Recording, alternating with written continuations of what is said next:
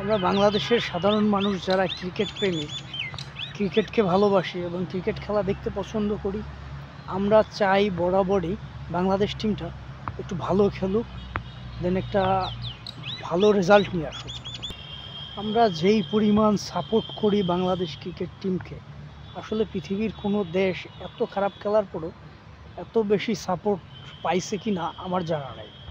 এরপরও প্রতিবার কোনো একটা টুর্নামেন্ট আসলে নানান রকম নাটক হয়।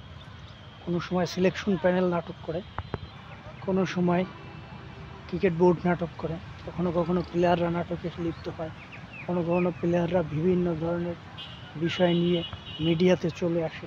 কেন রে ভাই, এত কিছু লাগবে কেন? ক্রিকেট খেলতেছেন, ক্রিকেটটা খেলেন, বাংলাদেশের মানুষকে একটু শান্তি দেন। আপনারা এই ক্রিকেট নিয়ে যা করেন তারপরেও আমরা সহ্য করি, আমরা মাঠে যাই, আমরা খেলা দেখি। আপনাদের সাপোর্ট কি কম দেয় বাংলাদেশের জনগণ? খেলাটা খেলেন না কেন? প্ল্যানিংটা সঠিক নাই কেন?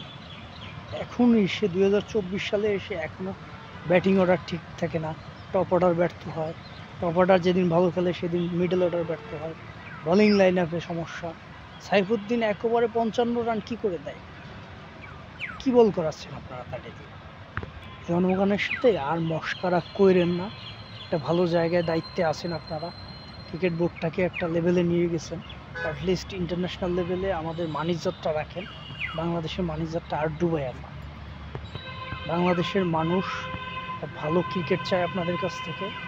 এই বছরে এই যে বিশ্বকাপ আসতেছে, টি-20 বিশ্বকাপ আমেরিকায় যেটা হবে, যুক্তরাজ্যে, এই বিশ্বকাপটা আপনারা ভালো করবেন, এটাই আমাদের চাওয়া, এবং ভালো একটা রেজাল্ট নিয়ে আসবেন, এতটুকুই চাওয়া।